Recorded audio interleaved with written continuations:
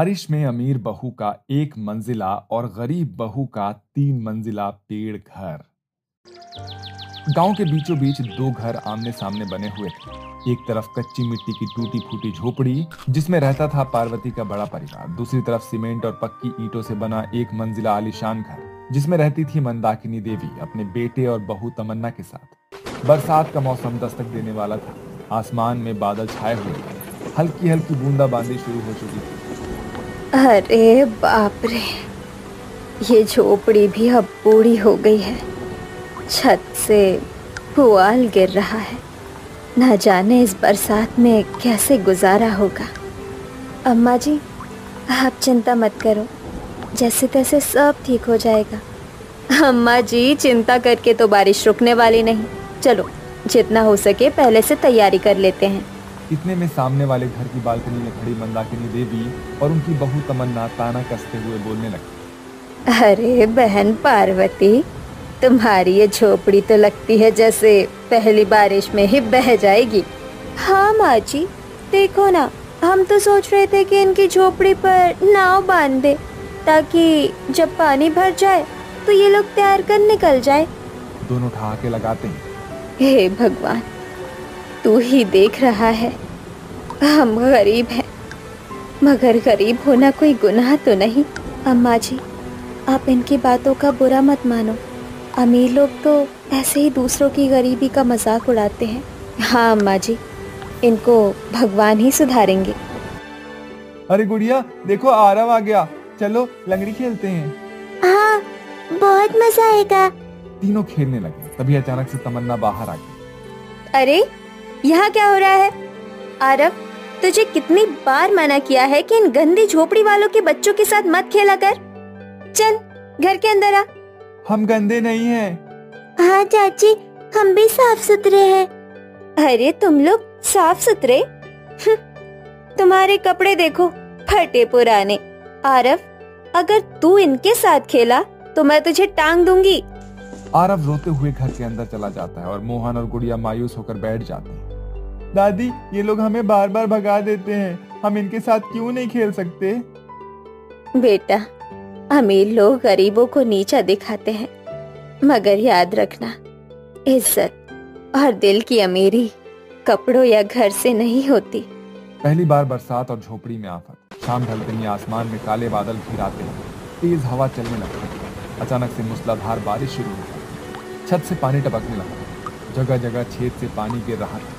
बच्चे डर कर दादी के पास सिमट जाते हैं। अरे देखो भाभी, वहाँ से पानी झरने की तरह गिर रहा है। जल्दी से बाल्टी रखो। हाँ, और यहाँ भी रख दो। अरे रे, ये तो घुटनों तक पानी भर जाएगा। सब लोग मिलकर जल्दी जल्दी बाहर निकालो। पूरा परिवार बर्तन और बाल्टियां लेकर झोपड़ी से पानी बाहर फेंकने लगता है। इसी बीच बाहर खड़ी मंदाकिनी और तमन्ना छाते ताने हंस रही थी। अरे देख रही हो तमन्ना, इनके घर का हाल, जैसे कोई तालाब बन गया हो। बिल्कुल माँ जी, इनकी झोपड़ी तो नाव चलाने लायक है। अगले दिन बारिश थोड़ी रुकी। पार्वती का पति रामलाल और बेटा ऊपर चढ़कर तिरपाल बिछाने लगे। अरे भाई, बस यही सहारा है, नहीं तो रात भर बच्चे भीगते रहेंगे। धीरे धीरे लगाना जी, वरना फिसल जाओगे। अगर रात को हवा तेज चली तो ये तिरपाल टिकेगा नहीं। हाँ, लेकिन क्या करें, हमारे पास कोई और चारा भी तो नहीं है। इसी बीच मंदाकिनी फिर से ताना कसती है। अरे रामलाल, तुम तिरपाल लगाओ या पाल की, ये झोपड़ी टिकने वाली नहीं। हाँ माँ जी, लगता है इस बार ये सब लोग पेड़ पर घर बनाकर ही रहेंगे। इसी बीच रात गहराई। बाहर फिर से तेज बारिश और तूफानी हवाएं चलने। अचानक से तिरपाल उड़ जाता है। पानी सीधे झोपड़ी में घुसने लगता है। दादी, पानी बहुत आ रहा है, मुझे डर लग रहा है दादी। दादी, कहीं घर टूट ना जाए। सब जल्दी बाहर निकलो, छत गिरने वाला है। पूरा परिवार झटपट बाहर भागता है। तभी जोरदार आवाज के साथ झोपड़ी ढह जाती है। सामने खड़ी मंदाकिनी और तमन्ना ये नजारा देख रही थी। देखा माँ जी, मैंने कहा था ना, इनका घर नाव बन जाएगा। हाँ तमन्ना, गरीबों के घर ऐसे ही गिरते हैं। भगवान ने हमें अमीर बनाया है, तभी हमें ये सब नहीं झेलना पड़ता। हे भगवान, अब हमारा सहारा सिर्फ तू ही है। बरसात की रात आसमान से जैसे बादल टूटकर बरस रहे थे। पार्वती अपनी बहुओं और पोते पोतियों को लेकर घर से बाहर भागा। उनकी कच्ची झोपड़ी धराशायी होकर पानी में मिल गई थी। पूरा परिवार अब सामने लगे एक विशाल पुराने पेड़ की जड़ के पास ठिठुरता बैठा था। पार्वती की बड़ी बहू सीमा कांपते हुए बोली, माँ जी, ये रात कैसे कटेगी? बच्चे तो ठंड से कांप रहे हैं। पार्वती ने अपनी पोती को गोदी में कसकर पकड़ा और बोली, धैर्य रखो बेटी, भगवान जरूर कोई रास्ता निकालेगा। पास ही खड़ी छोटी बहू कविता रोते हुए बोली, अम्मा जी, क्यों ना हम मंदाकिनी देवी के घर मदद मांग लें, आखिर वो पड़ोसन है। पार्वती ने एक पल सोचा और फिर सिर हिलाया। ठीक है, जाओ तुम दोनों, शायद थोड़ी दया कर दे। उन अमीर सास बहू के इतना अपमान करने के बाद भी पार्वती की दोनों बहुएं एक उम्मीद के साथ भीगते हुए मंदाकिनी देवी के घर पहुंची। बड़ा पक्का मकान था, चारों ओर ऊंची दीवारें और लोहे का गेट था। दरवाजा खटखटाते ही मंदाकिनी और उनकी बहू तमन्ना बाहर आती है। भाभी जी, थोड़ी देर हमें भी घर में जगह दे दीजिए, बच्चे ठंड से कांप रहे हैं। क्या तुम लोग? अरे हमारी सफेद मार्बल की फर्श पर तुम्हारे जैसे गंदे पैर लगेंगे? बिल्कुल नहीं। हाँ हाँ, जाओ, तुम लोगों के लिए यही पेड़ ठीक है, हमारे घर में जगह नहीं है। लेकिन बारिश रुक ही नहीं रही, बच्चों की हालत बिगड़ जाएगी। हम कोई अनाथालय नहीं चला रहे, निकलो यहाँ से। दोनों बहुएं अपमानित होकर वापस लौट आती हैं। रात भर बारिश में भीगते हुए पूरा परिवार ठिठुरता रहा। सुबह होने पर पार्वती के बेटे रामलाल और श्यामलाल किराए का मकान ढूंढने लगे, मगर हर मकान मालिक ने हजारों रुपए मांगे। वो मायूस होकर लौट आए। सीमा और कविता ने पेड़ के नीचे ईंट रखी और भीगा भुना आटा गूंथकर बच्चों के लिए रोटियां सेकी। इसी बीच दोनों बच्चे टहनियों से खेलते हुए बोलने लगे, देखो दादी, हम पेड़ पर घर बनाएंगे। हाँ, ऊंचा ऊंचा, ताकि बारिश का पानी हमें छू भी नहीं सके। सीमा और कविता ने एक दूसरे की ओर देखा। उनके दिमाग में बिजली सी कौंध गई। क्यों ना सचमुच पेड़ पर ही घर बना ले, ये पेड़ तो बहुत मजबूत है। हाँ, बच्चों ने ही हमें रास्ता दिखा दिया। जब उन्होंने ये विचार परिवार को बताया तो सबने पहले शक से देखा, क्या सच में ये संभव है, पेड़ पर रहना? क्यों नहीं, अगर भगवान ने यही रास्ता दिखाया है तो हम कोशिश करेंगे। फिर क्या था, अगले ही दिन से पूरा परिवार काम में जुट गया। रामलाल और श्यामलाल पेड़ की मोटी शाखाओं को काटकर समतल बनाने लगे। सीमा और कविता लकड़ी की पट्टियां इकट्ठी की। बच्चे भी छोटे छोटे काम करने लगे। सीमा ने टोकरी में मिट्टी भरकर लाते हुए कहा, अम्मा जी, इस मिट्टी से हम दीवार जैसा बना सकते हैं। कविता हंसते हुए बोली, और मैं सूखी पत्तियों से छत ढक दूंगी, बारिश भी नहीं गिरेगी। दिन रात मेहनत हुई। देखते ही देखते पहली मंजिल तैयार हो गई। पूरा परिवार खुशी से झूम उठा। वाह, ये तो हमारे लिए किसी महल से कम नहीं। लेकिन कुछ ही दिनों में भारी बारिश आई और पेड़ का निचला हिस्सा पानी में डूब गया। हमें और ऊपर जाना होगा, तभी सुरक्षित रह पाएंगे। रामलाल और श्यामलाल फिर से काम में जुट गए। उन्होंने और ऊंचाई पर दूसरी मंजिल बना डाली। बच्चों ने उसे देखकर तालियां बजाई। वाह, हमारा असली ट्री हाउस बन गया। धीरे धीरे तीसरी मंजिल भी तैयार हो गई और अब ये साधारण पेड़ नहीं बल्कि 3 मंजिला पेड़ घर बन गया था।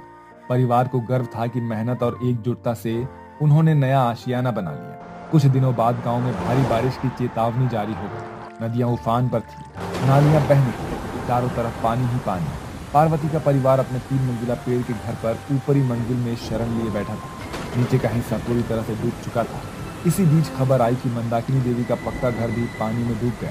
पूरा परिवार छत पर फंसा हुआ था। बच्चे बीमार पड़ने लगे। तमन्ना ने रोते हुए मंदाकिनी से कहा, माँ जी, अब हम क्या करें, सब खत्म हो गया। मंदाकिनी ने घबरा कर चारों तरफ देखा। तभी उसकी नजर पार्वती के पेड़ घर पर पड़ी, जो बारिश में भी मजबूती से खड़ा था। वो देखो, पार्वती का घर, वही हमें बचा सकता है। वे सब किसी तरह से तैर कर पेड़ के पास पहुंचे और आवाज दी, पार्वती बहन, हमें बचा लो, हमारे बच्चे बीमार हैं। पार्वती ने तुरंत बेटों को इशारा किया।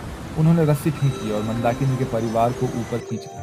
पार्वती ने गीले कपड़े उतार कर बच्चों को सूखा कपड़ा पहनाया। सीमा ने गर्म खिचड़ी बनाई और सबको खिलाया। हमने तुम्हारा कितना अपमान किया था और आज तुमने ही हमें सहारा दिया। पार्वती, मैं शर्मिंदा हूँ। मैं हमेशा तुम्हारी गरीबी का मजाक उड़ाती रही, लेकिन आज तुम्हारा पेड़ घर मेरे महल से ज्यादा मजबूत निकला। बहन, बुरे वक्त में ही असली इंसानियत की पहचान होती है। भूल जाओ पुरानी बातें। इस तरह कई दिन तक बाढ़ का पानी रहा। मंदाकिनी और उनका परिवार पेड़ घर में ही रहा। धीरे धीरे दोनों परिवार के बीच प्यार और अपनापन बढ़ने लगा। बच्चे साथ खेलते, बहुएं साथ मिलकर खाना बनाती और पार्वती व मंदाकिनी रात को बातें करती। सच कहूं बहन, तुम्हारे जैसा साहस मैंने कभी नहीं देखा। तुम गरीब हो लेकिन दिल की अमीर हो। हम सब एक दूसरे के सहारे ही तो हैं। यही जिंदगी की असली दौलत है। इस तरह बाढ़ खत्म हुई और गांव वालों ने आश्चर्य से पार्वती के 3 मंजिला पेड़ घर को देखा। सबने उसकी मेहनत और हिम्मत की सराहना की। मंदाकिनी ने सार्वजनिक रूप से पार्वती से माफी मांगी और कहा, अब से हम सब एक ही परिवार हैं। ना कोई अमीर, ना कोई गरीब, बस इंसानियत ही सबसे बड़ी दौलत है। पूरा गांव ताली बजाने लगा। बच्चे हंसते खेलते दौड़ पड़े। इस घटना ने सभी को सिखाया कि पक्के महल नहीं, मिलजुल कर जीना ही असली सुरक्षा है। गरीबी का मजाक उड़ाने वाले हालात के सामने खुद असहाय हो जाते हैं।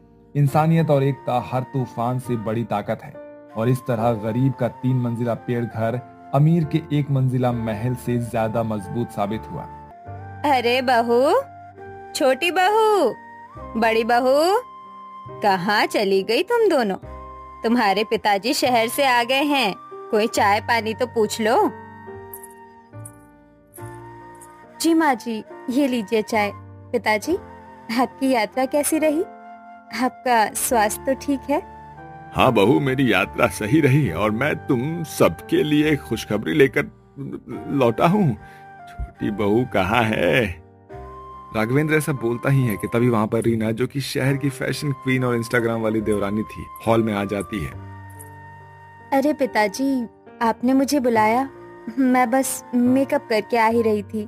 बहू, मैंने तुम्हारे देवर और अपने छोटे बेटे मोहित के लिए लड़की देख ली है। पास की गांव में लड़की पढ़ी लिखी और काफी सुशील है। मुझे बेहद पसंद आई है। तुम फोटो देखो। अरे वाह, मुन्ना की शादी? अब तो हम राजसी ठाट दिखाएंगे। राजसी मतलब भाभी, आप वही पुरानी Banarasi sari पहनेंगी? I'll get something designer, imported maybe। अरे बहुरानी कपड़ा तो तन को ढकने के लिए होता है, तन को चमकाने के लिए नहीं।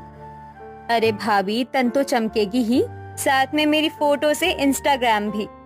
राघवेंद्र जी जब छोटे बेटे मोहित की शादी की खबर सुनाते हैं तो घर में मिठाई नहीं, बहू की नजरों में मसालेदार जलन की खुशबू घुल जाती है। बड़ी बहू सुषमा यानी गांव की असली मिट्टी से बनी सीधी साधी जेठानी और शहर की बहू तीखी छोरी, दोनों के बीच पीन चुभाने वाली संवाद की पहली किस्त जारी हो चुकी थी और शादी में कौन क्या पहनेगा इस पर जंग भी छिड़ चुकी थी। अरे बड़ी बहू, हल्दी पीस गई हो तो ले आओ। मोहित कितनी देर से बैठा इंतजार कर रहा है और गांव की औरतें भी आ गई हैं। बस माँ जी, आ ही गई। भाभी जी, ये बेसन खुद पीस कर लाई। कितना रॉ लग रहा है ना।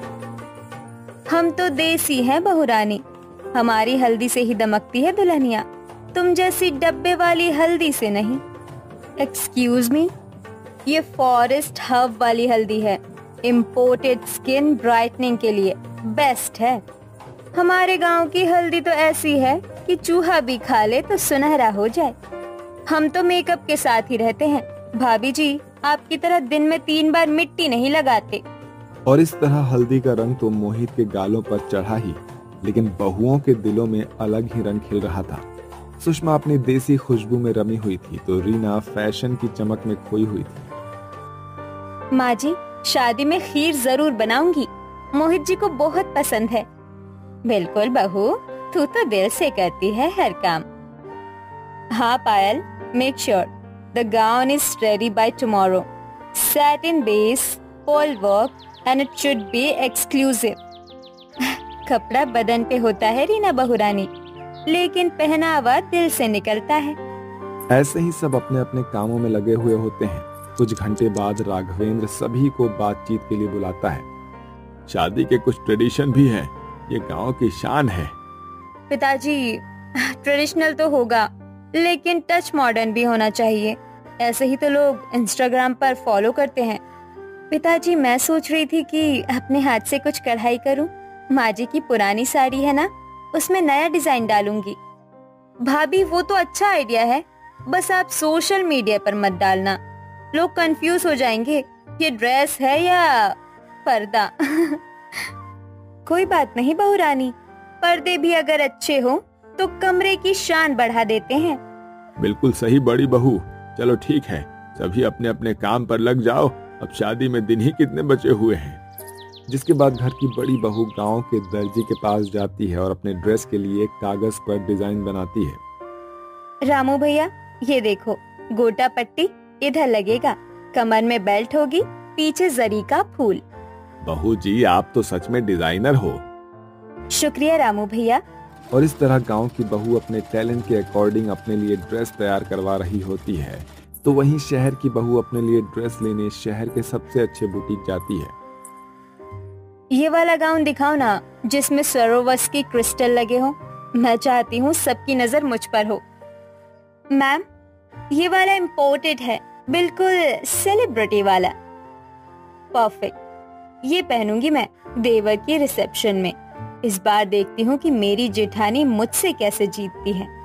इसके बाद रीना अपना महंगा रिसेप्शन ड्रेस लेकर घर आ जाती है और इस तरह दोनों बहुएं अपने अपने रंग में रमी हुई होती हैं। एक अपने हाथों से अपनी पहचान बुन रही होती है, तो दूसरी ब्रांड्स में अपनी पहचान ढूंढ रही होती है। ऐसे ही कुछ दिन बीत जाते हैं। बड़ी बहू रानी, ये लहंगा तो आप पर सच में बहुत जचेगा। आपने जो डिजाइन दिया था, मैंने तो बस उसी को बनाया है। सच में देखने वाले तो बस देखते ही रह जाएंगे। अरे रामू भैया, जचेगा भी क्यों नहीं, आखिर इसे मैंने खुद से जो डिजाइन करवाया है, वो भी पुरानी साड़ी, कुछ जड़ी गोटे लगवा कर। ऐसा कहकर सुषमा रामू भैया को पैसे दे देती है और अपना लहंगा लेकर घर आ जाती है। ऐसे ही तेजी से दिन बीत रहे होते हैं। अब विवाह का दिन भी आ जाता है। जिस दिन मोहित की बारात उठती है, उस दिन घर में सिर्फ शहनाई नहीं बजती, बहुओं के दिलों की खटक भी कुछ ज्यादा ही तेज हो जाती है। एक तरफ चमकते क्रिस्टल, दूसरी तरफ देसी गोटा, एक तरफ इंस्टा रील्स तो दूसरी तरफ हाथ से बुनी हुई रेखाएं। अब देखना ये था कि कौन ले जाएगा वाहवाही का असली माला। बड़ी बहू ने खुद मंडप के लिए फूलों की तोरण बनाई है। अब ऐसे काम करने वाले मिलते कहाँ है शहर में। माँ जी देखिए ना, मैंने क्या मंगवाया है, लेड फूल, इम्पोर्टेड। रात में ऐसे चमकेंगे जैसे आकाश में तारे उतर आए हों। हमारे फूल तो खुद महकते हैं रीना बहू रानी, बिजली जाए तो भी खुशबू नहीं जाती। हंसी आई भाभी, पर आपकी बात में भी दम है। मैम, आपके स्किन पर ये ग्लो प्राइमर लगा दूं? इससे फोटो में झिलमिलाएंगी। ऑफ कोर्स डार्लिंग, मुझे टुनाइट की क्वीन बनना है, इस बार भाभी से 1 इंच पीछे नहीं। एक और रीना अपने मेकअप रूम में अपने आप को तैयार कर रही थी, तो वहीं दूसरी ओर सुषमा अपने कमरे में आईने के सामने कढ़ाई वाला लहंगा पहन रही थी। अम्मा कहती थी, जो दिल से तैयार हो वही सबसे सुंदर लगती है। चलो आज देख लेते हैं उनकी बात में कितना दम है। इसके बाद पूरे परिवार वाले बैंकेट हॉल में पहुंचते हैं, जहां एक और दूल्हा दुल्हन खड़े होते हैं तो दूसरी ओर मेहमान। कुछ देर बाद रीना ने जैसे ही सैटिन गाउन के साथ स्टेज पर कदम रखा, कैमरे चमक उठे। स्वरोक्सी का ग्लिटर, हाई हील्स की टक टक, बालों में पर्ल क्लिप्स, सब कुछ पार्टी परफेक्ट था। वाह रीना, बिल्कुल फिल्मी लग रही है। देखो तो लोग सेल्फी के लिए लाइन लगा रहे हैं जैसे। अब मासी जी, लोग तो आएंगे ही मेरे साथ सेल्फी खिंचवाने, रील बनाने, बिकॉज मैं इतनी सुंदर जो हूँ। अभी रीना ने इतना कहा ही था कि तभी सुषमा की एंट्री होती है, जो कढ़ाईदार लाल गुलाबी लहंगे, गोटा पट्टी वाला दुपट्टा के साथ आती है। उसके साथ गांव की छोटी बच्ची भी आई हुई होती है। अरे वाह, ऐसी बहू तो किस्मत से मिलती है, जैसे गांव की रीत चलकर स्टेज पर आ गई हो। लोग इसे ज्यादा नोटिस कर रहे हैं क्या? लग रहा है मेरा ड्रेस मेरी जेठानी के सामने फीका पड़ रहा है। ऐसे ही कुछ घंटे बीत जाते हैं, तभी एक अनाउंसमेंट होता है। अब पेश है बहुओं की टक्कर, देसी ठुमका वर्सेस डिजाइनर स्टेप। तो सबसे पहले बारी आती है इस घर की छोटी बहू यानी रीना जी की। इसके बाद रीना स्टेज पर जाती है और फैशनेबल अंदाज में डांस करने लगती है। वो डांस करते हुए इतना इतराती है कि बस गिरने ही वाली होती है, तो जैसे तैसे खुद को संभालती है। तो दोस्तों, अभी हमने इस घर की छोटी बहू का डांस देखा और अब बारी है इस घर की बड़ी बहू यानी सुषमा जी का। नहीं नहीं माँ जी, मुझे तो नाचना भी नहीं आता। मैं तो कहीं गिर ना जाऊं, मुझे तो बस यही डर लग रहा है। अरे बड़ी बहू, तू इतना क्यों घबरा रही है? देख, छोटी बहू ने भी तो डांस किया है, तू भी कर दे, आखिर तेरे देवर की शादी है। हाँ बहू, फिक्र मत कर, तुझे जैसा आता है तू वैसा कर। जी। इसके बाद सुषमा स्टेज पर जाकर ठुमके लगाती है। उसे जैसा नाचना आता था वो उसी तरह से फुल मस्ती में नाचती है। उसके ठुमके देखकर लोगों की हंसी और तालियां चारों ओर गूंज उठती है। भाभी जी नंबर 1। मैम जरा हंसिए ना। अच्छा, अब फैमिली पिक्चर। सुषमा और रीना पास पास खड़े होते हैं। एक बच्ची रीना के गाउन के क्रिस्टल से खेल रही होती है। आपका कपड़ा तो सख्त है भाभी जी, पर दुपट्टा इतना मुलायम है। तुम्हारी कढ़ाई हाथ की है क्या? हाँ, दिल से भी है। ये सुनकर रीना थोड़ा चुप हो जाती है। ऐसे ही कुछ घंटे और बीत जाते हैं और कुछ देर बाद राघवेंद्र, जो उस घर का मुखिया होता है, वो एक अनाउंसमेंट करता है। हमने सोचा था क्यों ना आज सबसे प्यारी बहू चुनी जाए। वोट गांव वालों और घर वालों ने गुपचुप दिए हैं। ये सुनकर सबकी सांसें थम जाती है। इस वर्ष की सबसे प्यारी बहू है हमारी बड़ी बहू यानी सुषमा। सुषमा का नाम सुनते ही चारों तरफ तालियां ही तालियां गूंज पड़ती है। रीना को ये देखकर काफी बुरा लगता है। ऐसे ही शादी हो जाती है और सभी मेहमानों के जाने के बाद रीना और सुषमा अकेली खड़ी होती हैं। भाभी, आज मैं समझी, कपड़ा चाहे कितना भी महंगा हो, अगर उसमें अपनापन ना हो तो वो सिर्फ कपड़ा ही रह जाता है, और अगर अपनापन हो तो पुराना पर्दा भी परिधान बन जाता है। अब अगली शादी में आपसे कढ़ाई सीखना है, इंस्टाग्राम रील के लिए नहीं, माँ के लिए। और इस तरह से दोनों बहुएं गले लगती हैं। तो दोस्तों, इस शादी में सिर्फ दो दिल ही नहीं मिले, दो बहुएं भी मिली। एक ने दिखाया कि परंपरा कभी पुरानी नहीं होती है, तो दूसरी ने जाना कि ग्लैमर भी तब तक अधूरा है जब तक उसमें आत्मा ना हो।